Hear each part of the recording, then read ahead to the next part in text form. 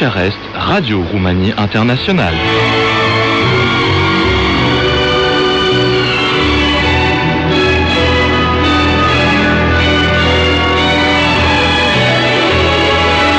Mesdames et messieurs, l'équipe de la section française de Radio Roumanie Internationale se fait un plaisir de vous inviter à écouter cette émission qu'elle a voulu aussi bien intéressante qu'agréable, avec un maximum d'informations sur la Roumanie et les Roumains.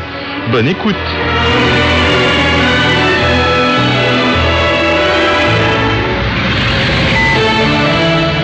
Info plus sur RRI, voici les titres du journal.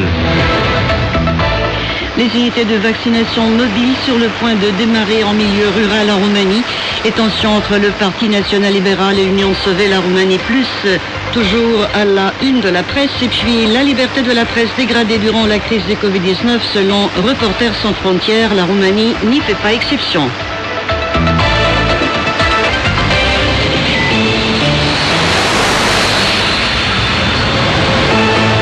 Mariana Tudose.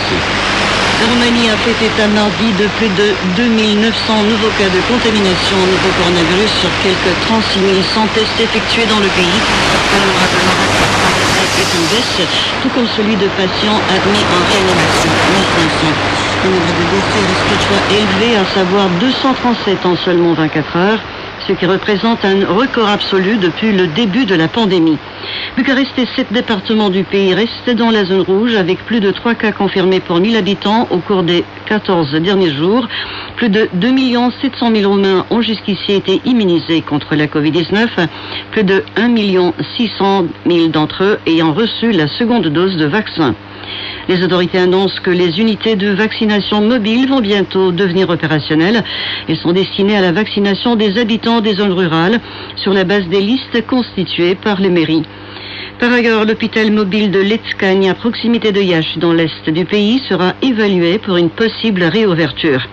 L'unité de soins avait été fermée à la mi-janvier lorsque le corps de contrôle du ministère de la Santé avait signalé de nombreuses irrégularités. Le 19 mars, le propriétaire de l'hôpital, l'association de développement intercommunautaire Euronest, avait reçu un délai d'1 mois pour résoudre les problèmes signalés.